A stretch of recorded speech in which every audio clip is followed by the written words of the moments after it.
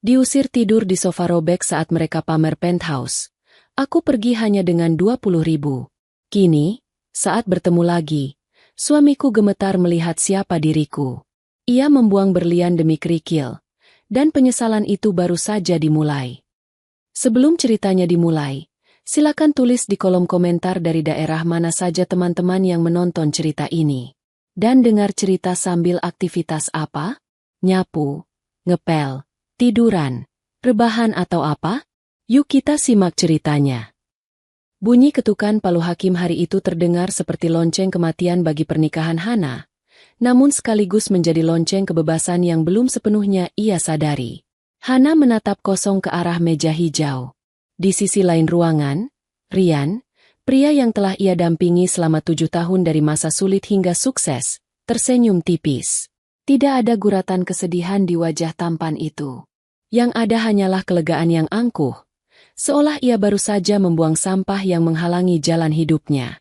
Hana resmi bercerai. Rian telah memilih Bella, wanita muda yang lebih pandai bersolek, lebih manja, dan tentu saja, pandai menghabiskan uang Rian. Masalahnya, penderitaan Hana tidak berhenti tepat saat palu diketuk. Urusan pembagian harta gonogini berjalan sangat alot. Rumah besar mereka yang selama ini menjadi saksi bisu pengkhianatan Rian ternyata telah disita oleh bank karena Rian diam-diam menjaminkannya untuk modal bisnis spekulatif yang gagal, sebuah fakta yang baru Hana ketahui di pengadilan. Sementara itu, aset cair lainnya dibekukan hingga putusan pengadilan inkrah. Karena Hana tidak memiliki keluarga di kota ini dan tabungannya dikuras habis oleh Rian untuk kebutuhan darurat, bulan lalu, Hana terjebak dalam situasi yang konyol. Rian, dengan dalih kemanusiaan palsu, memaksa Hana untuk tinggal sementara di rumah kontrakan kecil yang mereka sewa untuk menampung barang-barang sisa sitaan.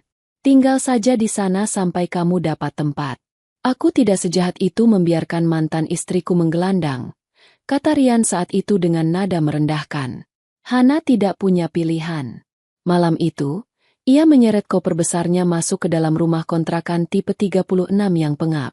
Dindingnya bercat kusam, dan lantainya terasa lengket.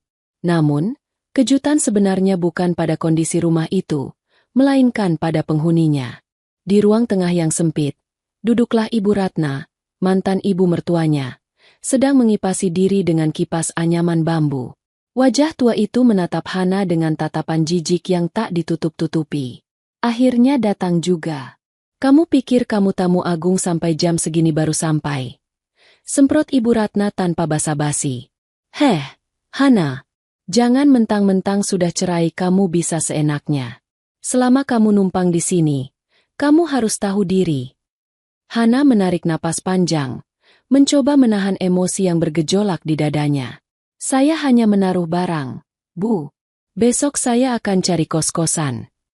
Baguslah kalau sadar, sahut Ibu Ratna ketus. Sekarang, buatkan saya teh manis. Jangan terlalu manis. Jangan terlalu tawar. Ingat, gula mahal. Hana tertegun. Ia sudah bukan menantu wanita tua ini lagi. Ia tidak punya kewajiban melayani. Namun, Rian muncul dari kamar utama, mengenakan kemeja santai namun bermerek mahal, kontra sekali dengan lingkungan kontrakan kumuh itu. Sudahlah, Hana. Buatkan saja. Hitung-hitung bayar sewa karena kamu menumpang malam ini, ujar Rian santai sambil menyalakan rokok. Asapnya mengepul memenuhi ruangan kecil itu, membuat Hana terbatuk. Dengan tangan gemetar menahan marah, Hana meletakkan tasnya dan berjalan ke dapur sempit di belakang. Dapur itu kotor, penuh dengan piring bekas makan Rian dan ibunya. Tidak ada yang mencuci piring. Mereka jelas menunggu Hana datang untuk membereskannya. Air mata Hana menetes saat ia menyalakan keran air yang alirannya kecil. Ia merasa bukan seperti mantan istri, melainkan pembantu yang tidak dibayar. Malam semakin larut. Setelah membersihkan dapur dan membuatkan teh untuk mantan ibu mertuanya yang cerewet, Hana berniat masuk ke satu-satunya kamar kosong di rumah itu. Namun, langkahnya terhenti oleh tubuh besar Rian yang menghalangi pintu. Mau kemana? Tanya Rian. Tidur. Rian. Aku lelah. Jawab Hana datar. Rian tertawa kecil. Tawa yang dulu Hana cintai namun kini terdengar seperti gesekan paku di papan tulis. Kamar itu penuh barang-barang ibu. Dan kamar utama, tentu saja untuk aku dan ibu. Kamu pikir kamu siapa mau tidur di kamar? Hana menatap Rian tak percaya. Lalu aku tidur di mana? Di lantai. Rian menunjuk ke sudut ruang tamu dengan dagunya. Di sana, terdapat sebuah sofa tua berwarna coklat pudar. Busa di bagian lengannya sudah menyembul keluar, dan ada noda besar bekas tumpahan kopi di bantalannya. Itu adalah sofa bekas yang dibeli Rian dari pasar loak untuk mengisi kontrakan ini. Itu tempatmu, kata Rian dingin. Kamu bercanda, kan? Suara Hana bergetar. Badanku sakit semua. Rian, tega kamu menyuruhku tidur di sofa rusak itu. Ibu Ratna menimpali dari dalam kamar. Suaranya melengking. Syukur-syukur dikasih tempat berteduh. Masih milih-milih. Dasar tidak tahu diuntung. Rian mendekatkan wajahnya ke wajah Hana, menatap matanya dengan tatapan meremehkan yang menusuk jantung. Ia merogoh saku celananya dan mengeluarkan sebuah brosur mengkilap serta serangkaian kunci dengan gantungan kulit mewah. Lihat ini, Hana. Rian mengibaskan kunci itu di depan hidung Hana. Ini kunci apartemen penthouse di pusat kota. View-nya langsung ke gedung-gedung tinggi. Ada kolam renang pribadi, gym, dan kasurnya kasurnya king coil, empuk sekali. Aku baru membelinya hari ini untuk Bella dan ibu. Hana terdiam. Dadanya sesak. Rumah mereka disita karena utang Rian. Tapi Rian punya uang untuk membeli penthouse bagi selingkuhannya? Kamu curang, Rian. Kamu bilang kamu bangkrut di pengadilan. Desis Hana. Itu namanya strategi. Sayang. Atau mantan sayang. Rian menyeringai. Bella pantas mendapatkan kemewahan itu karena dia wanita yang bisa membahagiakan aku. Bukan wanita membosankan sepertimu yang cuma tahu dapur dan sumur. Rian memasukkan kembali kuncinya ke saku. Lalu menepuk pipi Hana pelan. Sebuah gestur yang sangat menghina. Mau tidur di kasur empuk dan hidup nyaman? Ya jangan minta cerai. Harusnya kamu terima saja kalau aku mau nikah lagi. Tapi kamu sok punya harga diri. Nah, sekarang nikmati harga dirimu itu. Nikmati sofamu. Rian berbalik, masuk ke kamar utama, dan membanting pintu. Tak lama kemudian, terdengar suara tawa Rian dan Ibu Ratna dari dalam. Mungkin sedang membicarakan betapa menyedihkannya nasib Hana di luar sana. Hana berdiri mematung di ruang tamu yang remang-remang. Lampu neon di langit-langit berkedip-kedip, seolah mengejek nasibnya. Ia berjalan gontai menuju sofa robek itu. Ketika ia duduk, perpegas yang rusak mencuat menusuk pahanya.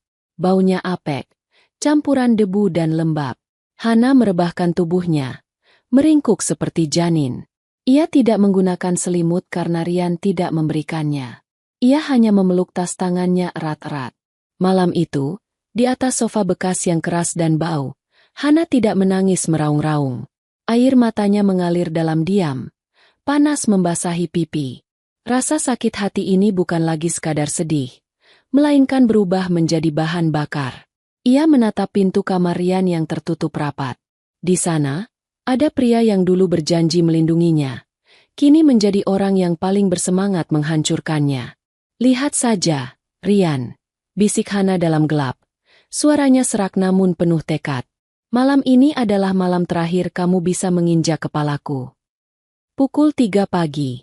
Udara dingin menusuk tulang karena ventilasi rumah kontrakan itu tidak tertutup rapat. Hana terbangun bukan karena alarm, melainkan karena rasa sakit di punggungnya akibat tidur di atas persofa yang menonjol. Lehernya kaku, dan matanya terasa bengkak. Suasana rumah hening. Suara dengkuran keras Rian terdengar samar dari balik pintu kamar utama. Hana duduk perlahan, mengusap wajahnya yang terasa lengket. Ia menatap sekeliling ruangan yang suram itu. Bayangan Rian yang memamerkan kunci penthouse dan ucapan pedas Ibu Ratna kembali terngiang di kepalanya seperti kaset rusak yang diputar berulang-ulang. Nikmati sofamu. Kata-kata itu membakar hati Hana. Ia sadar, jika ia tetap tinggal di sini barang sehari lagi, sisa-sisa harga dirinya akan benar-benar habis diinjak-injak oleh mereka. Rian tidak akan berhenti menyiksanya secara mental sampai Hana benar-benar hancur dan memohon belas kasihan. Dan Hana bersumpah, ia tidak akan pernah memohon. Hana bangkit. Ia tidak akan menunggu matahari terbit. Ia tidak sudi melihat wajah Rian yang sombong atau mendengar omelan Ibu Ratna saat sarapan nanti. Ia membuka dompetnya. Kosong. Kartu ATM-nya ada di sana. Tapi ia tahu itu percuma. Rian, dengan segala kelicikannya, telah memblokir akses ke rekening bersama mereka kemarin sore, tepat setelah sidang putusan. Hana memeriksa saku celananya. Nihil. Kepanikan sempat melanda dirinya. Bagaimana ia bisa pergi tanpa uang sepeser pun? Tangannya meraba saku jaket denim lamanya yang tergantung di balik pintu. Jaket yang sudah bertahun-tahun tidak ia pakai karena Rian selalu melarangnya memakai pakaian kampungan itu. Jari-jari Hana menyentuh sesuatu yang kertas. Ia menariknya keluar. Sebuah uang kertas Rp20.000. Lecek, kumal, dan hampir sobek di bagian ujungnya. Mungkin kembalian belanja bertahun-tahun lalu yang terlupakan. Hana menatap uang itu lama sekali. Rp20.000. Di zaman sekarang, uang ini bahkan tidak cukup untuk membeli secangkir kopi di kafe tempat Rian biasa nongkrong bersama Bella. Tapi bagi Hana saat ini, uang lecek ini adalah tiket kebebasannya. Ini adalah modal awalnya untuk membeli kembali hidupnya. Dengan gerakan cepat namun sunyi, Hana mengemasi barang-barangnya. Ia tidak membawa banyak. Hanya beberapa baju ganti yang dimasukkan ke dalam tas ransel lusuh. Ia meninggalkan gaun-gaun pesta pemberian Rian, sepatu hak tinggi yang menyiksa kaki, dan semua perhiasan imitasi yang pernah Rian belikan agar Hana terlihat pantas mendampinginya. Hana berhenti sejenak di depan meja makan kecil di sudut ruangan. Ia melepaskan cincin kawin emas putih dari jari manisnya. Cincin yang dulu disematkan dengan janji suci, kini tak lebih dari lingkaran logam yang mengekang. Ia meletakkan cincin itu di atas meja. Hana merobek secari kertas dari buku catatan tua yang tergeletak di sana, lalu menulis pesan singkat dengan spidol hitam. Tulisannya tegak dan tegas, tanpa keraguan. Simpan kemewahanmu. Aku beli harga diriku sendiri. Hana meletakkan kertas itu di bawah cincin kawinnya. Ia tidak menoleh lagi. Ia membuka pintu depan perlahan agar engselnya tidak berdecit. Lalu melangkah keluar. Udara pagi buta menyambutnya. Jalanan masih sepi dan gelap. Hanya ada 1-2 lampu jalan yang menyala redup. Hana berjalan kaki menembus kabut tipis. Ia tidak tahu mau kemana. Yang ia tahu, ia harus menjauh sejauh mungkin dari Rian. Ia berjalan menuju jalan raya utama, menunggu bus antar kota ekonomi yang biasa lewat di jam-jam subuh membawa pedagang sayur. Ketika bus reot itu datang, Hana naik. Kemana, Neng? Tanya kondektur bus yang mengantuk. Sampai uang ini habis, Pak. Jawab Hana sambil menyerahkan uang 20.000 terakhirnya. Kondektur itu menatap Hana heran, tapi ia mengambil uang itu dan memberikan karcis. Pasar induk kota sebelah. Itu paling jauh yang bisa Neng dapat. Hana mengangguk dan duduk di kursi paling belakang, di antara tumpukan karung berisi kol dan wortel. Bau sayuran dan keringat memenuhi bus, tapi bagi Hana, ini adalah aroma kebebasan. Bus melaju membelah pagi, membawa Hana menjauh dari kota yang penuh luka. 2 jam kemudian, bus berhenti di sebuah pasar induk yang ramai dan becek. Matahari sudah mulai meninggi, menyinari hiruk-pikuk pedagang dan pembeli. Hana turun dengan perut yang mulai perih melilit. Ia belum makan sejak kemarin siang. Hana berdiri di pinggir jalan pasar, memandang nanar ke sekeliling. Orang-orang sibuk dengan urusan mereka masing-masing. Tidak ada yang peduli pada wanita muda dengan wajah pucat dan mata sembab yang berdiri kebingungan. Perutnya berbunyi keras saat mencium aroma gorengan dari gerobak di dekatnya. Hana meraba sakunya, berharap ada keajaiban uang yang tertinggal. Tapi kenyataan menamparnya. Ia benar-benar tidak punya uang sepeser pun lagi. Uang 20.000-nya sudah habis untuk ongkos bus. Rasa lapar membuatnya pusing. Kakinya gemetar. Ia berjalan tertatih menyusuri lorong pasar yang becek, berharap menemukan keran air umum untuk sekadar membasahi tenggorokannya yang kering. Di tengah keputusasaan itu, Ia melihat sisa-sisa sayuran yang jatuh di tanah dan terinjak-injak orang. Sebersit pikiran gila muncul di benaknya untuk memungutnya. Tapi ia menggeleng keras. Aku miskin. Tapi aku bukan hewan. Aku Hana. Aku masih punya harga diri. Batinnya menguatkan diri. Hana terus berjalan tanpa arah, hingga langkahnya membawanya ke bagian belakang pasar. Di sana, ia melihat sebuah kejadian yang akan mengubah hidupnya selamanya. Namun saat itu, yang ia rasakan hanyalah rasa lelah yang amat sangat, seolah seluruh dunia menumpuk di bahunya yang ringkih. Ia bersandar pada tembok sebuah toko yang tutup, merosot duduk memeluk lutut. Di tengah keramaian pasar, Hana merasa dialah manusia paling sepi di dunia.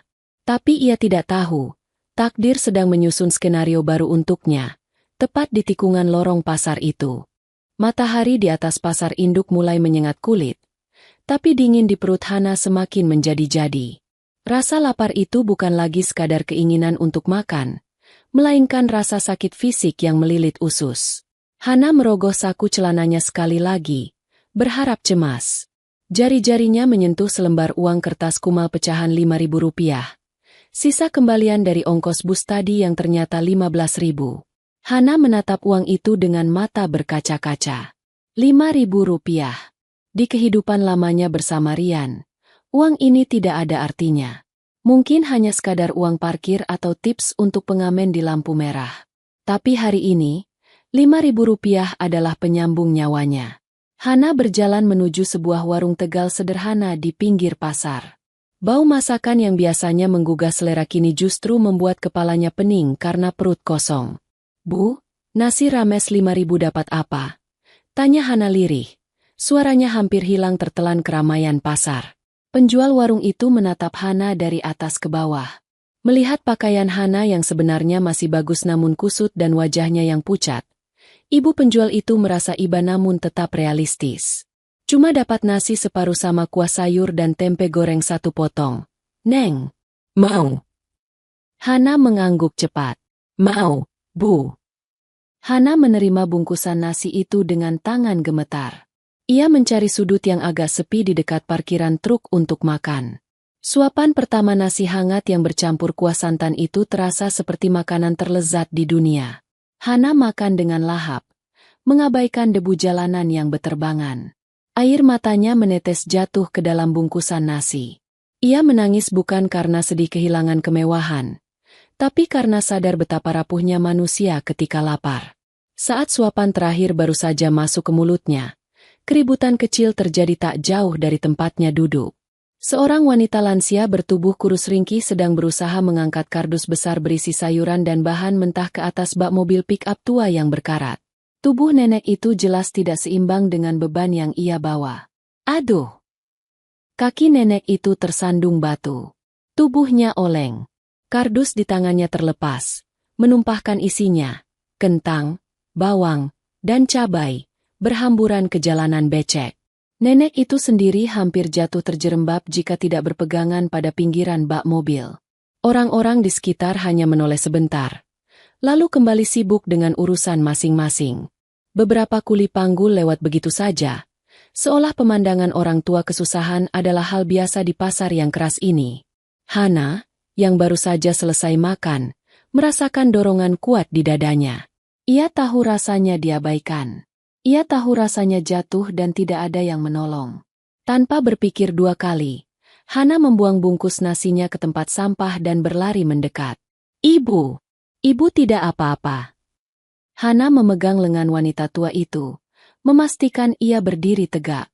Wanita tua itu, Bu Darmi, mengatur napasnya yang tersengal-sengal. Wajahnya keriput, namun sorot matanya tajam dan teduh. Duh, Gusti!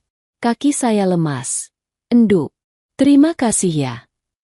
Hana tidak banyak bicara. Ia segera berjongkok, memunguti kentang dan bawang yang berserakan di tanah yang becek. Tangannya yang dulu mulus dan hanya memegang alat make-up mahal, kini kotor oleh lumpur pasar. Ia membersihkan sayuran itu sebisanya dan memasukkannya kembali ke dalam kardus. Biar saya bantu angkat ke atas mobil, Bu, kata Hana tegas. Ia mengangkat kardus yang ternyata cukup berat itu dengan sisa tenaganya, lalu menaikkannya ke atas bak pick-up.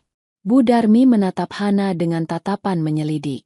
Ia melihat cincin putih bekas di jari manis Hana yang kosong, melihat mata sembab itu, dan melihat ketegaran yang dipaksakan. Bu Darmi sudah makan asam garam kehidupan. Ia tahu wajah orang yang sedang lari dari masalah. Terima kasih banyak, enduk cantik. Wah, kalau tidak ada kamu, mungkin encok ibu sudah kambuh, ujar Bu Darmi sambil menyeka keringat. Siapa namamu? Hana, Bu. Jawab Hana singkat. Bu Darmi merogoh saku daster batiknya yang lusuh. Ia tampak ragu sejenak. Wajahnya menyiratkan kesulitan. Hana, ibu mau kasih uang lelah, tapi jujur saja, hari ini dagangan catering ibu sepi sekali. Ibu cuma punya uang pas-pasan buat beli bensin pulang. Hana menggeleng cepat, tersenyum tulus. Tidak usah, Bu. Saya ikhlas. Saya tadi melihat ibu hampir jatuh. Saya ingat almarhumah ibu saya. Bu Darmi tertegun. Jarang sekali ada orang asing di pasar ini yang menolong tanpa pamrih.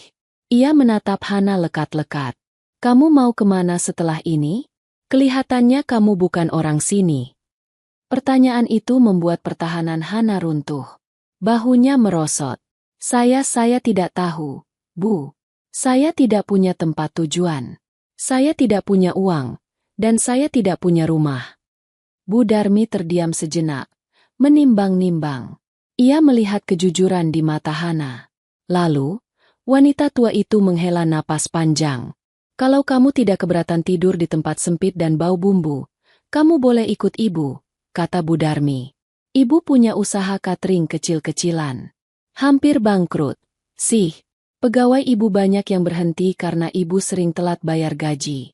Tapi ada gudang beras di belakang dapur yang kosong. Kalau kamu mau bantu-bantu cuci piring atau kupas bawang, kamu boleh tinggal di sana. Makan ditanggung. Tapi ibu belum bisa janji kasih gaji. Tawaran itu terdengar seperti musik surgawi di telinga Hana. Sebuah atap, makanan, dan yang terpenting, sebuah tempat di mana Rian tidak bisa menemukannya. Saya mau, Bu. Saya mau. Seru Hana antusias. Saya bisa kerja apa saja. Cuci piring, ngepel, angkat barang. Saya bisa. Ya sudah. Ayo naik. Kita pulang. Ajak Bu Darmi sambil masuk ke kursi kemudi mobil tua itu. Perjalanan menuju tempat Bu Darmi memakan waktu 1 jam. Mereka tiba di sebuah ruko tua di pinggiran kota yang catnya sudah mengelupas. Papan nama, catering Bu Darmi, terlihat miring dan pudar warnanya. Bagian depan ruko itu dijadikan dapur produksi, sementara Bu Darmi tinggal di lantai 2. Hana diperkenalkan pada kamarnya. Itu adalah sebuah gudang penyimpanan beras dan peralatan masak bekas di belakang dapur. Sempit, berdebu, dan hanya ada dipan kayu kecil tanpa kasur. Tapi bagi Hana, ini jauh lebih baik daripada sofa robek di rumah Rian. Di sini, tidak ada hinaan. Di sini, ia merasa aman. Hari-hari Hana pun berubah drastis. Pukul 3 pagi, saat dulu ia masih tidur nyenyak di kamar ber-AC, kini ia sudah bangun untuk mencuci tumpukan peralatan masak raksasa yang berminyak dan hitam. Jemarinya yang lentik mulai kasar. Kulitnya mengelupas terkena sabun cuci piring yang keras. Setelah mencuci, ia harus mengupas berkarung-karung bawang merah dan bawang putih sampai matanya perih dan berair. Bu Darmi ternyata orang yang keras dalam bekerja. Ia perfeksionis meski usahanya sedang di ujung tanduk. Ia sering memarahi Hana jika kupasan bawangnya tidak bersih atau cucian piringnya masih licin. Namun, Hana tidak pernah mengeluh. Ia menerima semua omelan itu sebagai pelajaran.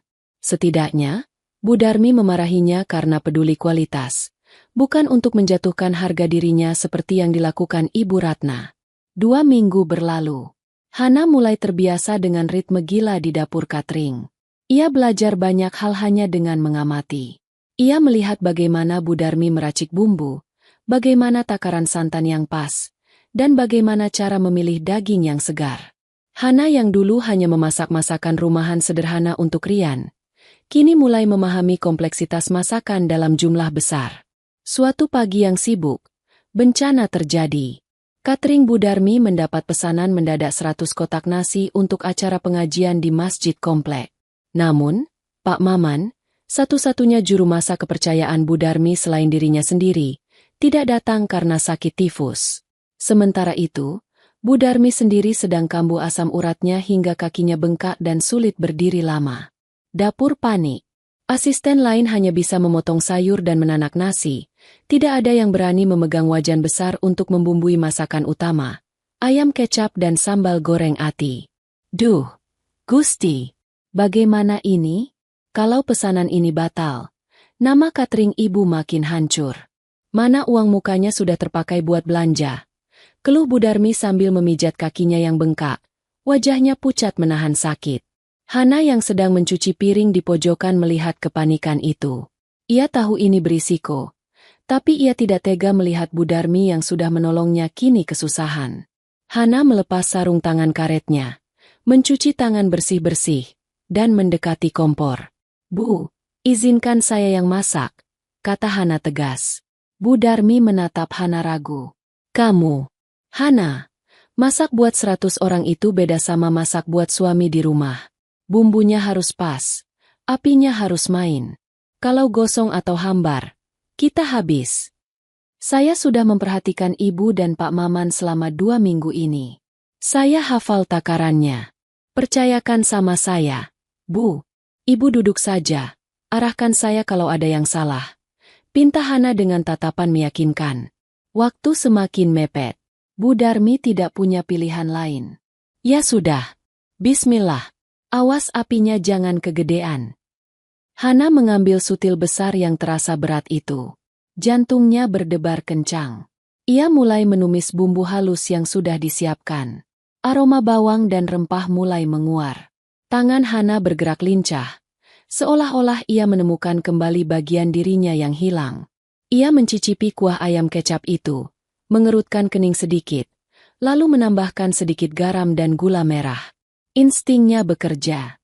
Ia ingat rasa masakan Bu Darmi, dan ia berusaha menyamainya. Saat masakan matang dan disajikan ke dalam kotak, Bu Darmi mencicipi sisa bumbu di wajan. Mata tua itu membelalak kaget. Ia menatap Hana yang berdiri cemas dengan celemek kotor penuh noda kecap. Gimana, Bu? Tanya Hana takut-takut. Bu Darmi tersenyum lebar. Senyum yang jarang sekali ia tunjukkan belakangan ini. Enak, Hana.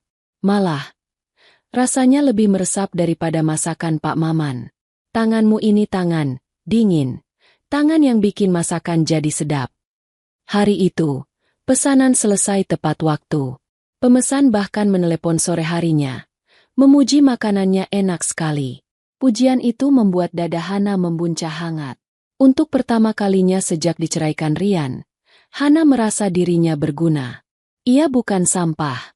Ia punya kemampuan. Dan di dapur yang panas dan pengap inilah, Hana menemukan kembali kepercayaan dirinya yang sempat hancur berkeping-keping. Keberhasilan Hana menyelamatkan pesanan 100 kotak itu mengubah posisinya di catering Bu Darmi. Ia tidak lagi disuruh mencuci piring di belakang. Bu Darmi mengangkatnya menjadi asisten juru masak utama.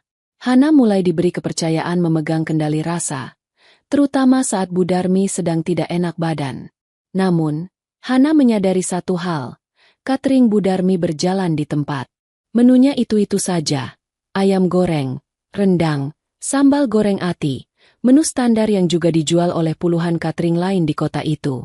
Tidak ada ciri khas. Pesanan pun kadang ada, kadang kosong melompong.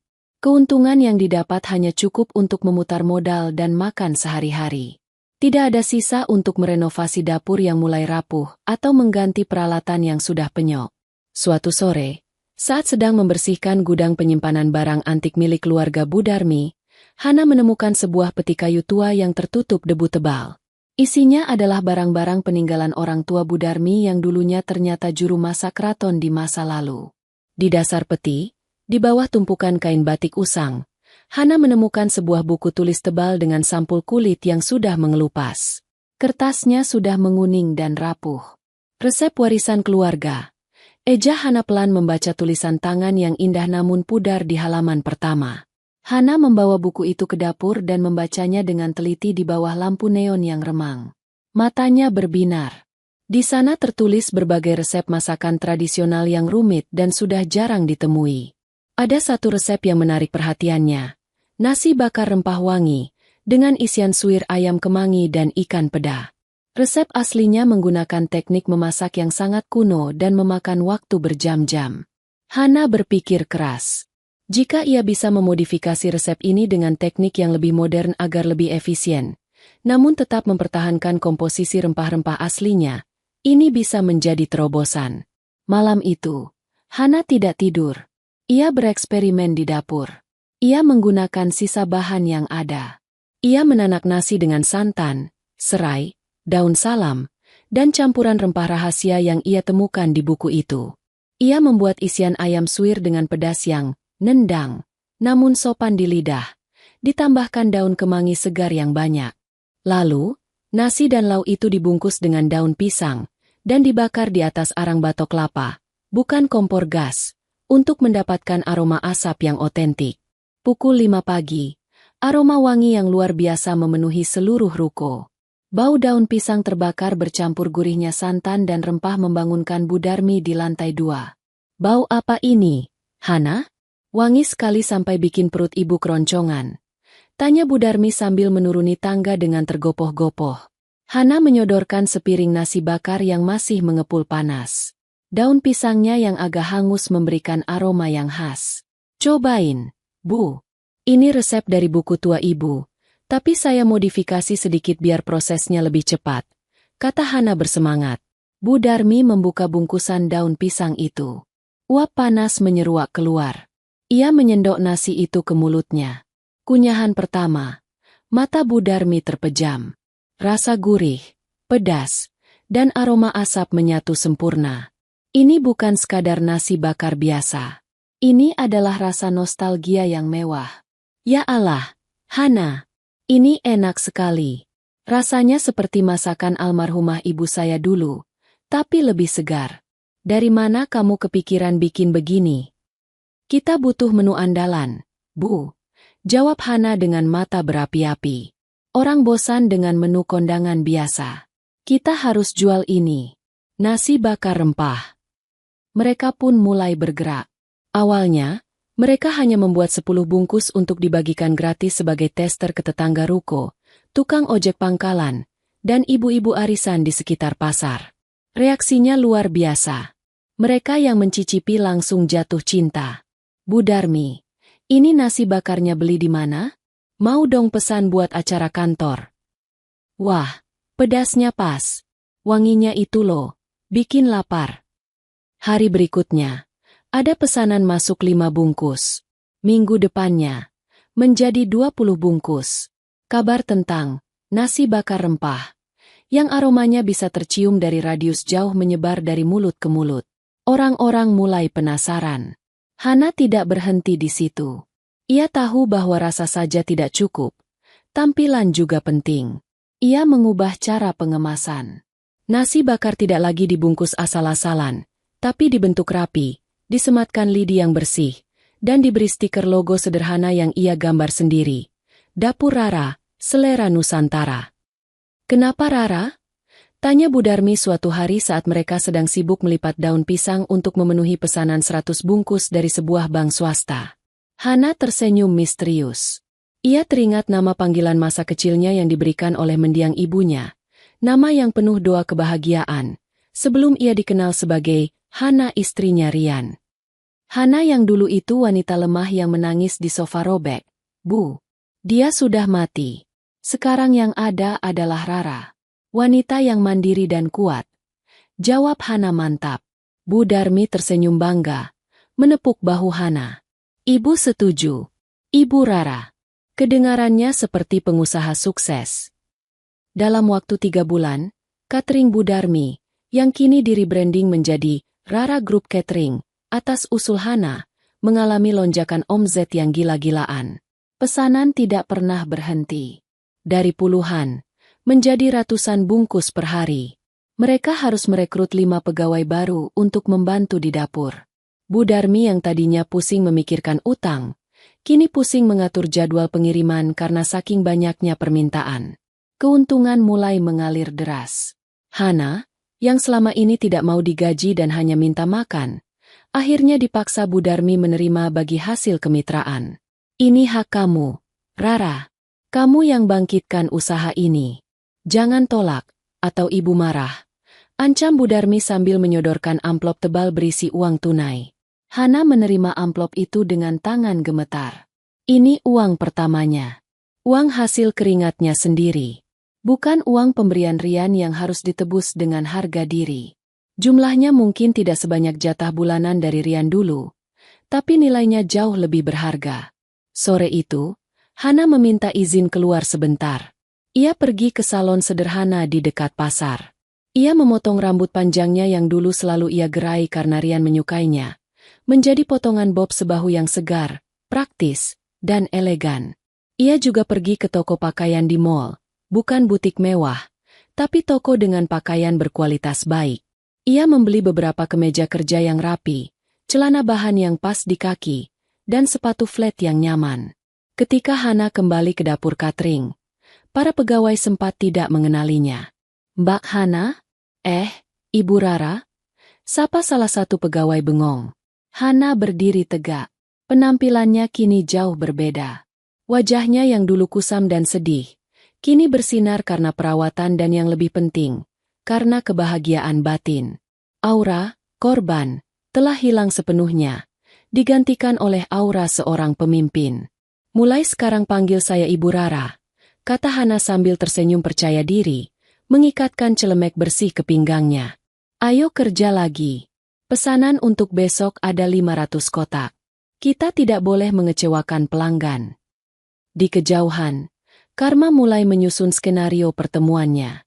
Hana tidak tahu bahwa di sudut kota yang lain, di apartemen mewah yang didapat dari hasil tipu daya, Rian dan Bella sedang memulai keretakan mereka. Hana tidak memikirkan balas dendam dengan cara merusak. Ia sedang membangun balas dendam terbaik, menjadi sukses dan bahagia tanpa mereka. Dan nasi bakar rempah ciptaannya adalah senjata pertamanya. Sementara Hana sedang meniti tangga kesuksesan dengan keringat dan air mata, kehidupan Rian, Bella, dan Ibu Ratna di seberang kota justru mulai retak, perlahan namun pasti. Seperti bangunan megah yang berdiri di atas tanah rawa, kehancuran mereka tinggal menunggu waktu. Siang itu, di dalam apartemen penthouse yang digadang-gadang sebagai simbol kejayaan Rian, suasana terasa panas. Bukan karena AC sentral rusak, melainkan karena hawa ketegangan yang menyesakkan dada. Rian duduk di sofa kulit Italia, yang cicilannya baru terbayar 3 bulan, dengan kepala tertunduk. Di atas meja marmer di hadapannya, berserakan surat-surat tagihan. Tagihan kartu kredit, tagihan listrik apartemen yang membengkak gila-gilaan, hingga surat peringatan dari bank terkait pinjaman modal usahanya.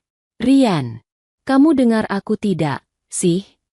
Suara melengking Bella memecah lamunan Rian.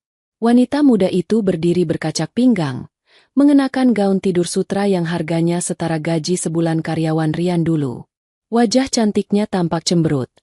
Riasannya sedikit luntur karena emosi. "Dengar apa, Bel? Aku lagi pusing lihat angka-angka ini," jawab Rian lemah, memijat pelipisnya yang berdenyut. "Bisnis propertiku macet total bulan ini. Klien besar membatalkan kontrak gara-gara isu sengketa lahan di proyek Serpong. Kita harus berhemat." "Berhemat?" Bella tertawa sinis. Tawa yang dulu terdengar manja di telinga Rian kini terdengar seperti ejekan. "Kamu janji bakal kasih aku kehidupan ratu, Rian. Sekarang, masa jatah belanja bulananku mau kamu potong setengah? Teman-teman arisanku bisa ketawa kalau tahu aku pakai tas branded musim lalu." Rian menatap Bella tak percaya. "Bel, ini bukan soal tas. Ini soal kita bisa makan atau tidak bulan depan. Apartemen ini, manajemen gedung baru saja mengirim surat. Status kepemilikan unit ini sedang digugat oleh pemilik tanah asli. Developer yang menjual ke kita ternyata bermasalah.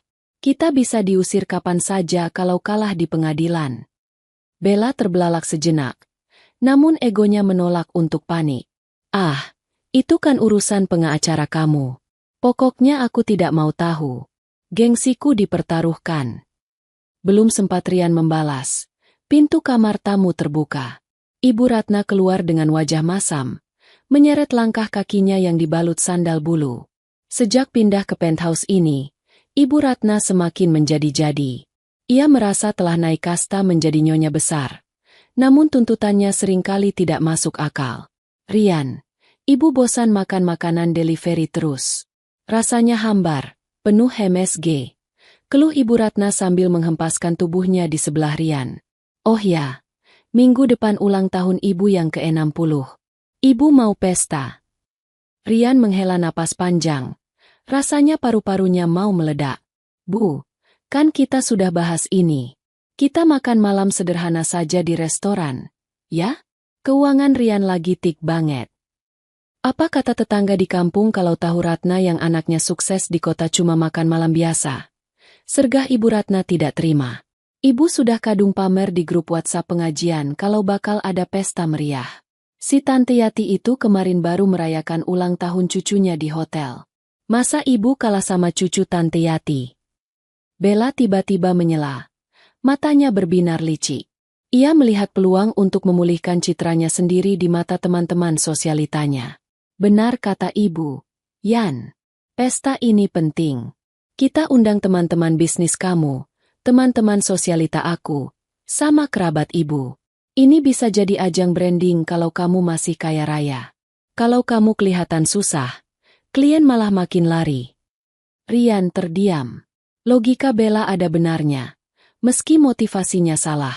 Di dunia bisnis yang ia geluti, citra adalah segalanya. Jika orang tahu ia sedang bangkrut, para kreditur akan datang seperti hiu mencium darah. Ia harus terlihat sukses, walau sebenarnya keropos.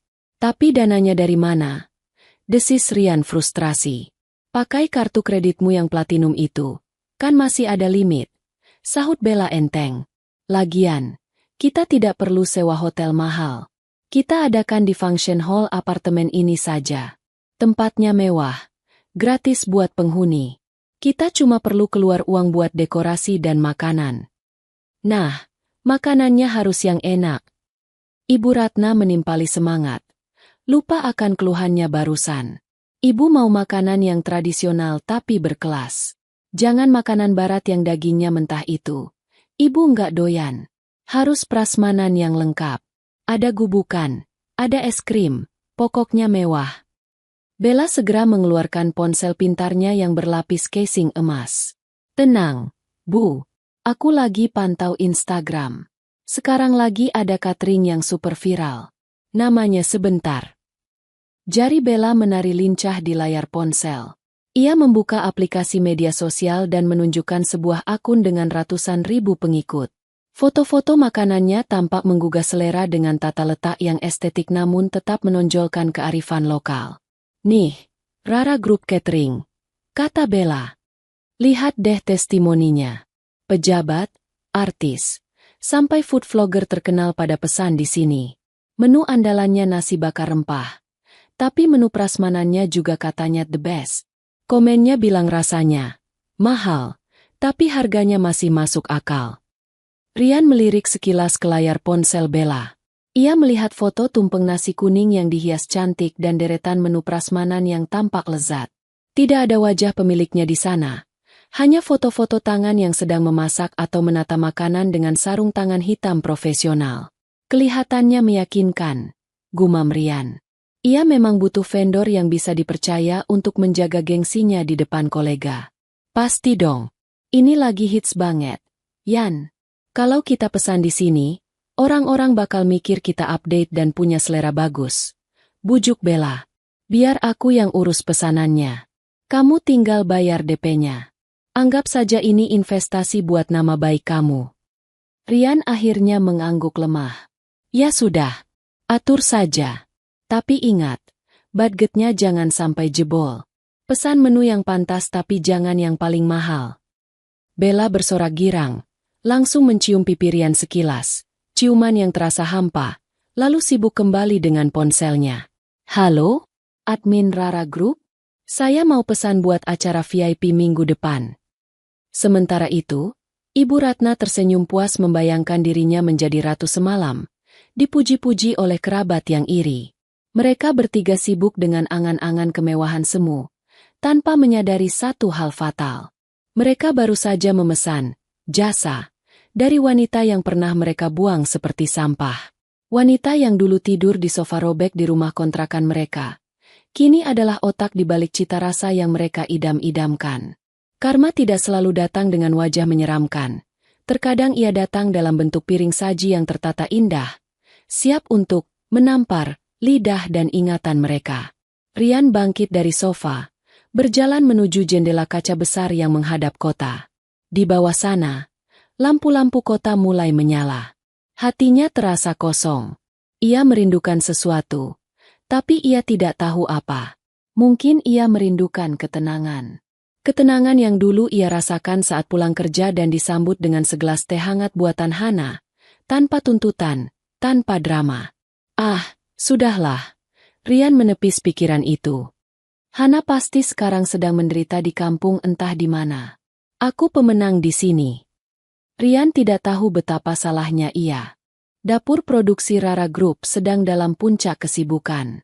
Aroma serai, daun jeruk, dan terasi bakar memenuhi udara, menciptakan simfoni wangi yang membuat perut siapapun berbunyi. Di tengah hiruk-pikuk puluhan pegawai yang berseragam celemek marun, Hana berdiri di meja plating utama. Ia bukan lagi Hana yang lusuh.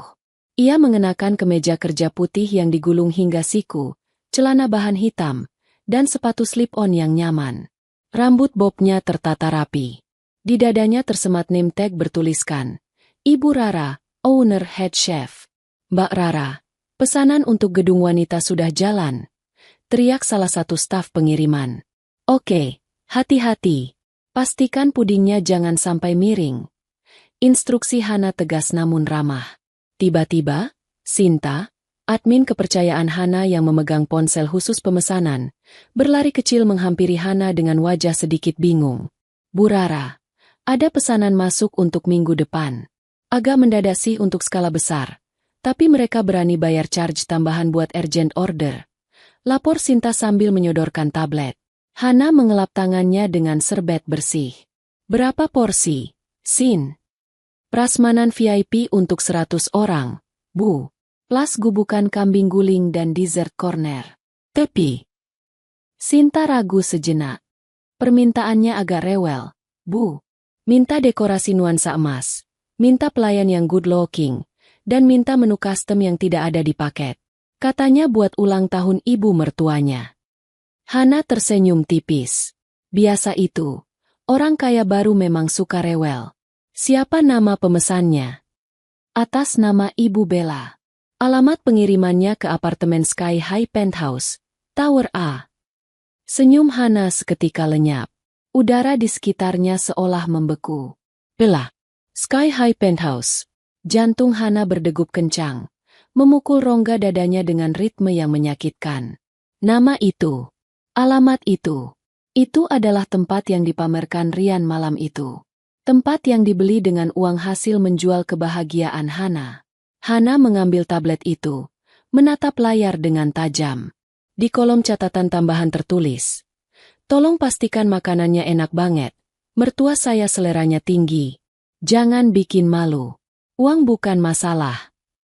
Tangan Hana gemetar. Memori penghinaan malam itu kembali menyeruak. Nikmati sofamu. Mau hidup enak? Jangan minta cerai. Bu Darmi, yang kebetulan lewat membawa nampan berisi kue jajanan pasar, melihat perubahan wajah Hana. Ia segera meletakkan nampan dan mendekat. Kenapa? Enduk? Ada masalah? Kok pucat begitu? Tanya Bu Darmi cemas. Hana menelan ludah, berusaha menenangkan gejolak di dadanya. Ia menatap Bu Darmi. Mata coklatnya berkilat-kilat antara marah dan terluka. Bu, pemesan ini. Bella. Istri barunya Rian. Dan acara ini untuk ulang tahun mantan ibu mertua saya, Ibu Ratna. Apa? Bu Darmi melotot. Wajah keriputnya memerah menahan amarah. Kurang ajar. Berani-beraninya mereka pesan di sini. Tolak. Hana. Bilang kita penuh. Atau kalau perlu, Ibu kasih sambal yang isinya cabai setan semua biar mereka sakit perut. Napas Bu Darmi memburu. Ia tahu betapa hancurnya Hana saat pertama kali datang ke pasar dulu. Ia tidak rela, anak angkatnya, ini melayani orang-orang jahat itu. Hana terdiam sejenak, memejamkan mata. Ia menarik napas dalam-dalam, lalu menghembuskannya perlahan. Ketika ia membuka mata, sorot kemarahan itu sudah hilang, berganti dengan ketenangan yang dingin dan penuh perhitungan. Tidak, Bu, kata Hana pelan namun tegas. Kita tidak akan menolak. Kita akan ambil pesanan ini. Kamu gila, Enduk? Kamu mau melayani mereka setelah apa yang mereka lakukan? Protes Bu Darmi. Hana tersenyum, tapi senyum itu bukan senyum manis yang biasa ia berikan pada pelanggan. Itu adalah senyum seorang jenderal yang melihat celah di pertahanan musuh. Kalau saya tolak, mereka cuma akan cari catering lain dan pesta tetap jalan. Tapi kalau saya ambil... Hana mengetuk layar tablet itu dengan jarinya. Ini adalah panggung saya, Bu.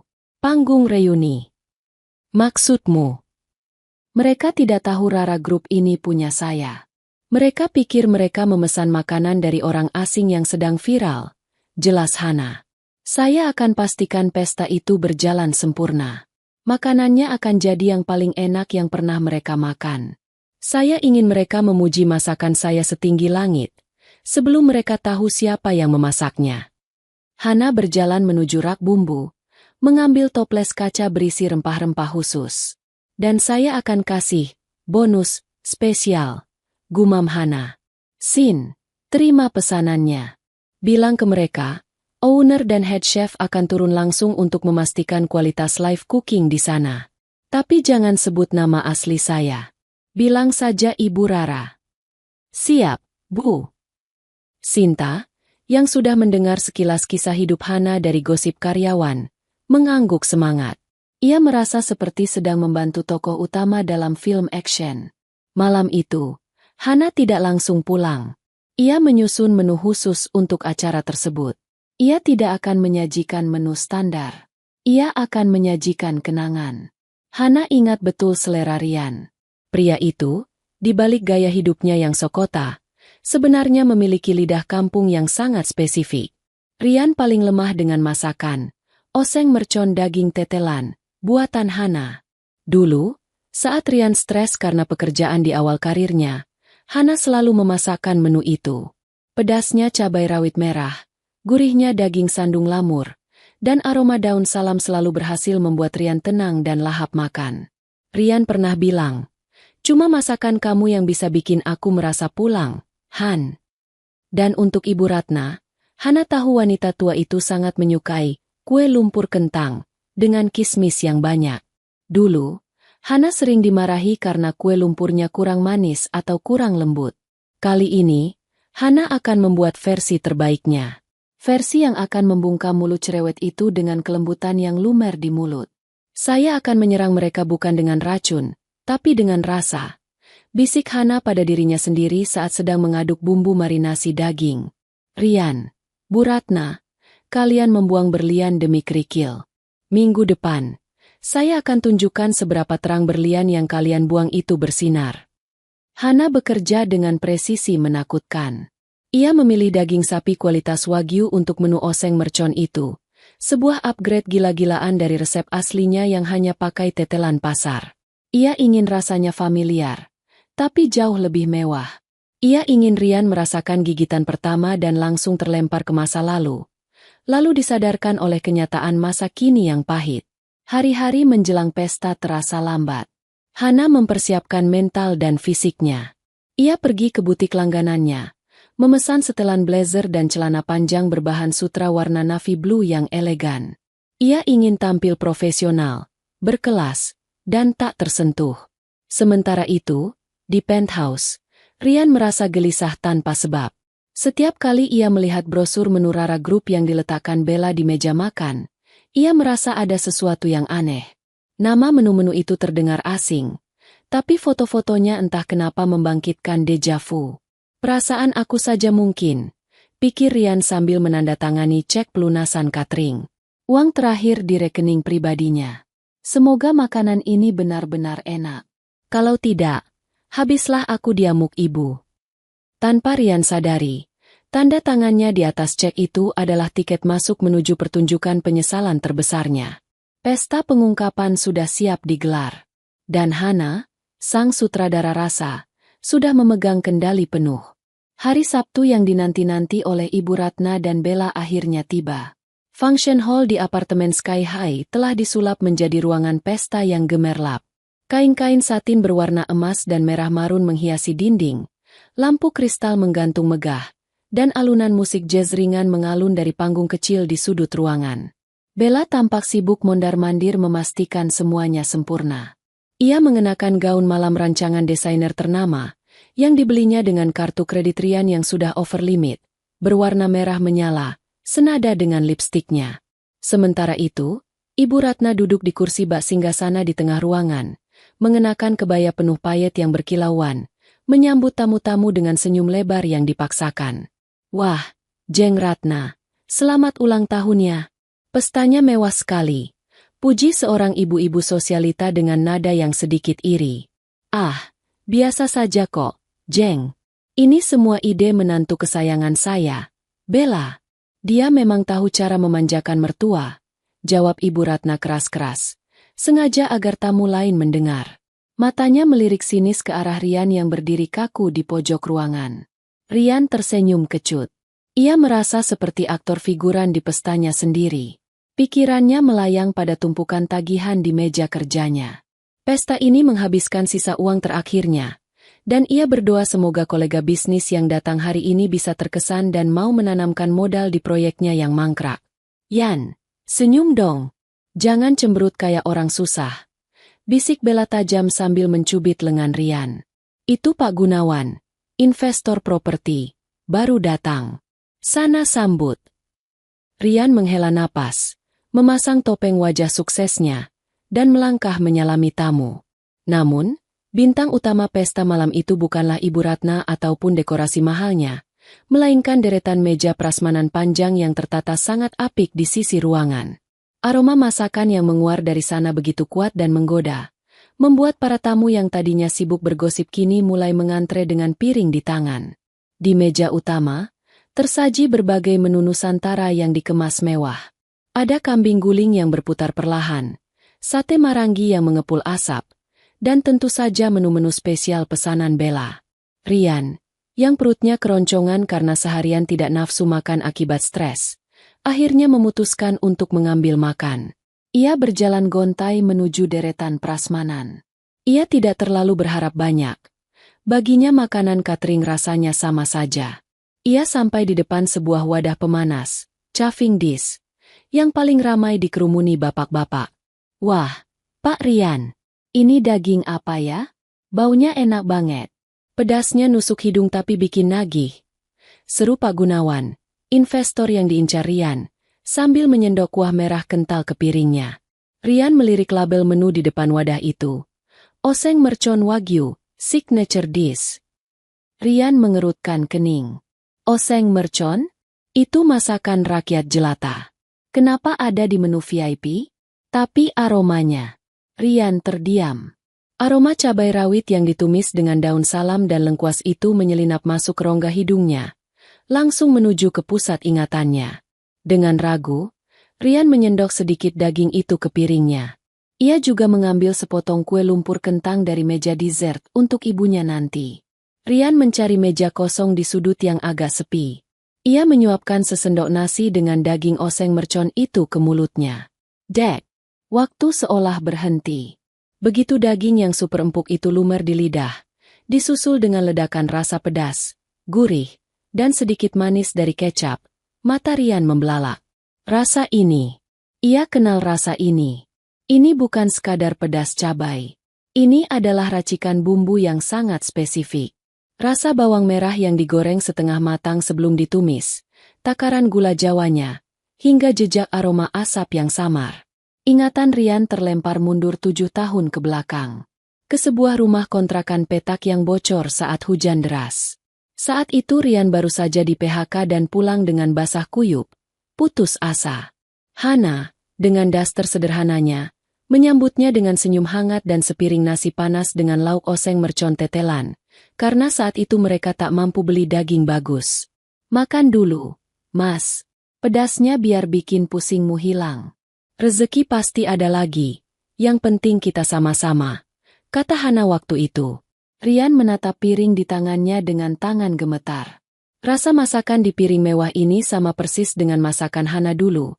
Hanya saja kualitas dagingnya jauh lebih mahal. Tidak mungkin. Gumam Rian. Jantungnya berpacu cepat. Hana. Tapi Hana kan. Di meja utama, Ibu Ratna juga sedang melahap kue lumpur kentang dengan rakus. Bella, ini kue lumpurnya enak sekali. Lembut, manisnya pas, kismisnya banyak. Persis seperti. Ibu Ratna menghentikan kalimatnya. Ia mau bilang, persis seperti buatan Hana, tapi gengsinya menahan nama itu keluar. Enak kan, Bu?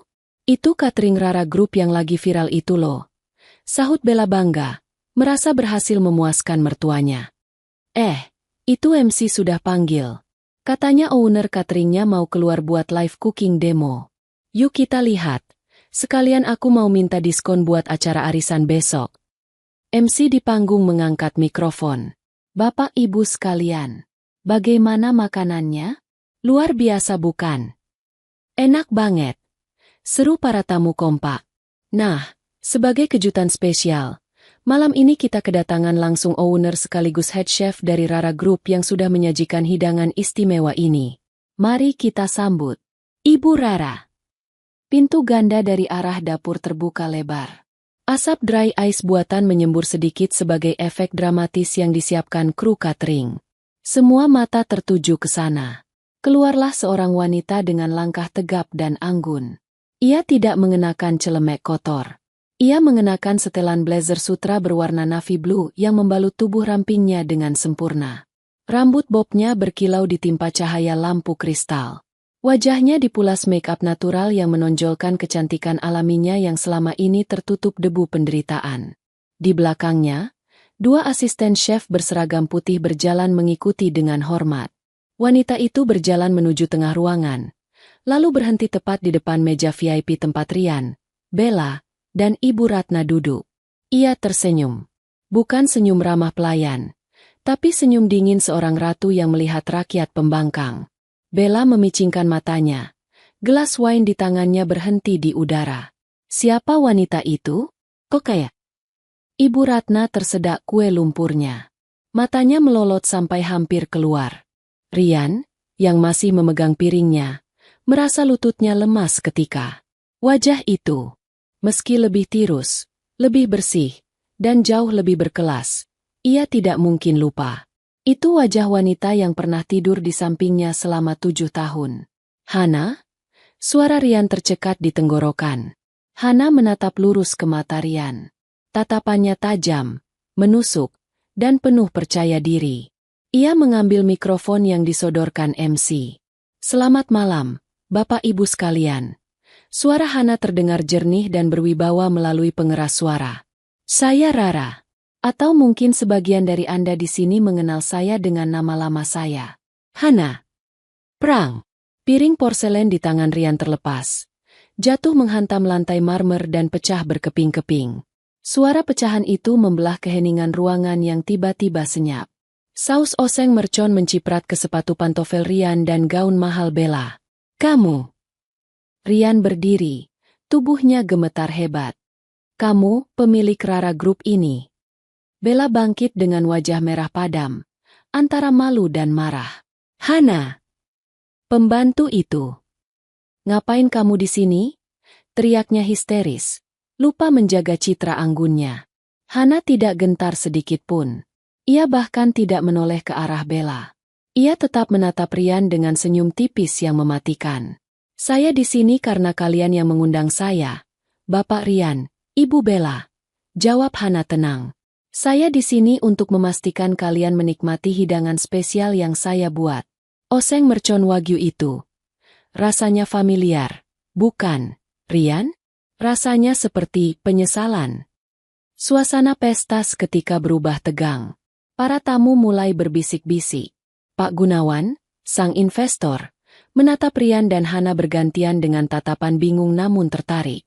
Drama keluarga ini menjadi tontonan gratis yang lebih menarik daripada sinetron. Rian merasa dunianya runtuh.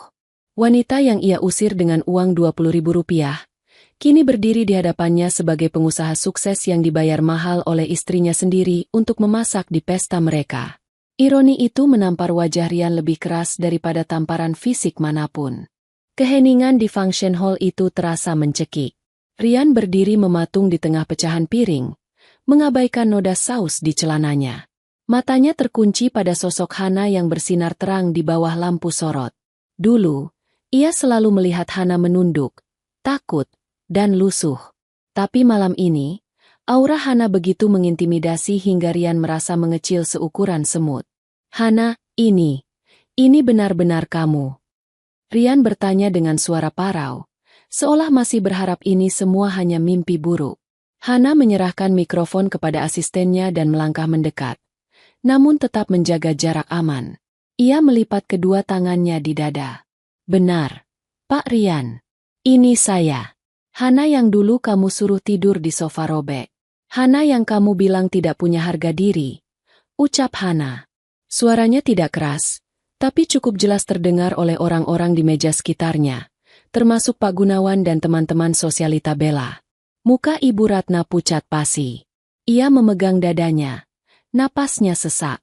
Bukan karena serangan jantung, tapi karena syok melihat menantu yang dulu ia perlakukan seperti budak kini terlihat jauh lebih kaya daripada dirinya. Otak materenya berputar cepat. Catering ini, Rara Group, omsetnya pasti miliaran. Dan Hana pemiliknya? Bella yang tidak terima melihat Rian terpukau pada Hana, langsung maju melabrak. Ia mendorong bahu Rian ke samping dan menunjuk wajah Hana. Jangan sombong kamu ya," bentak Bella. Suaranya melengking pecah. "Kamu cuma tukang masak. Kami yang bayar kamu. Kamu di sini cuma pelayan. Jangan sok jadi nyonya."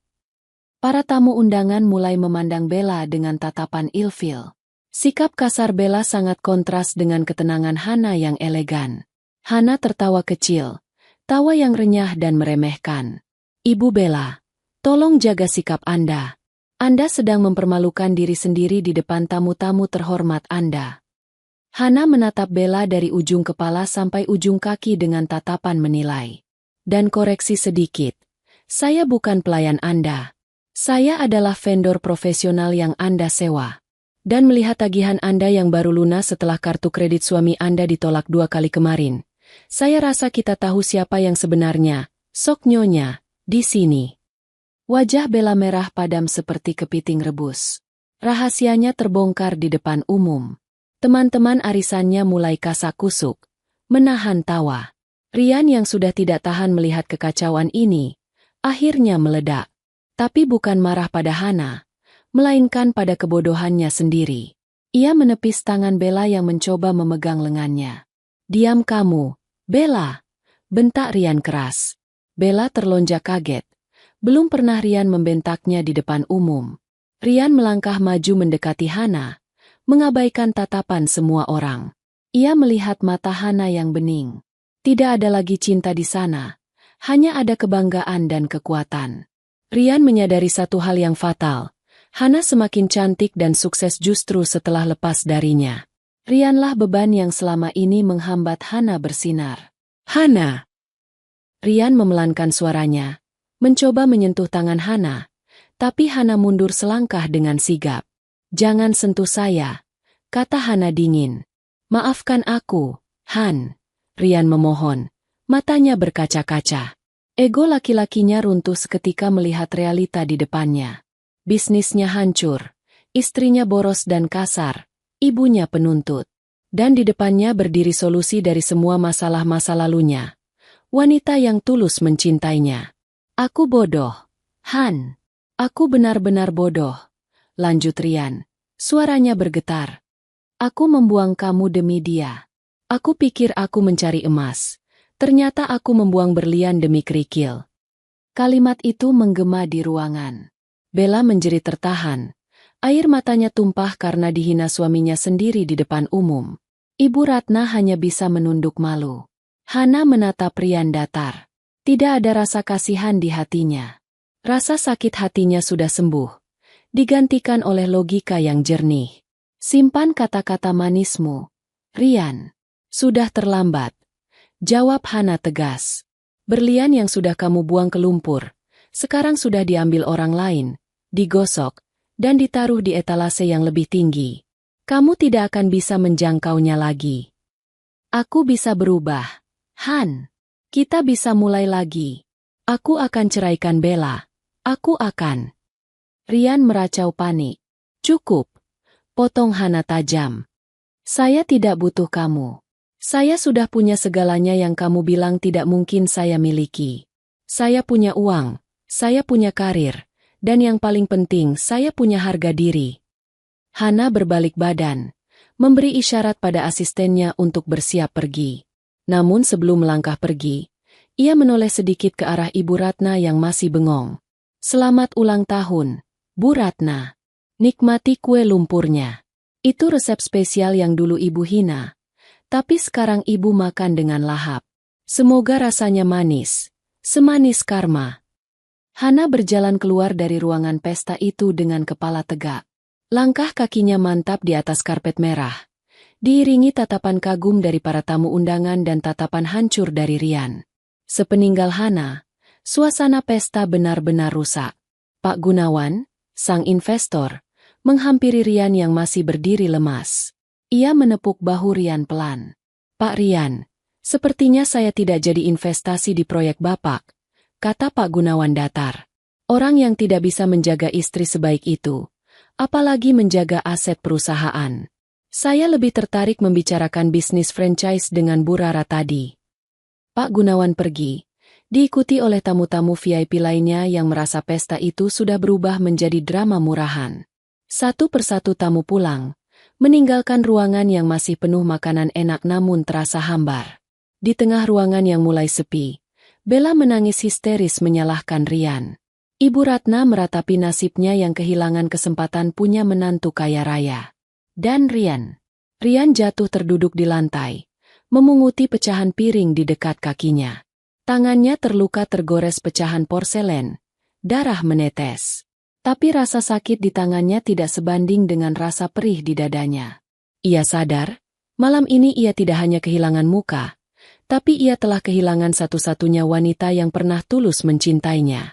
Hana benar, tagihan masa lalu sudah lunas. Dan kini, Rian harus membayar tagihan penyesalannya seumur hidup. Sementara itu, di parkiran apartemen, Hana masuk ke dalam mobil SUV barunya. Ia menyandarkan punggungnya di jok kulit yang empuk, lalu tersenyum lega. Tidak ada air mata, tidak ada kesedihan. Kita pulang, Bu? Tanya sopir pribadinya. Ya, Pak. Ke dapur. Jawab Hana mantap. Besok ada pesanan 1000 kotak yang harus kita siapkan. Masa depan tidak akan menunggu. Mobil itu melaju menembus malam kota, meninggalkan gedung pencakar langit itu di belakang, membawa Hana menuju cahaya hidupnya yang baru. Tam, baru, tam, baru, tam, baru, tam, baru, tam, baru.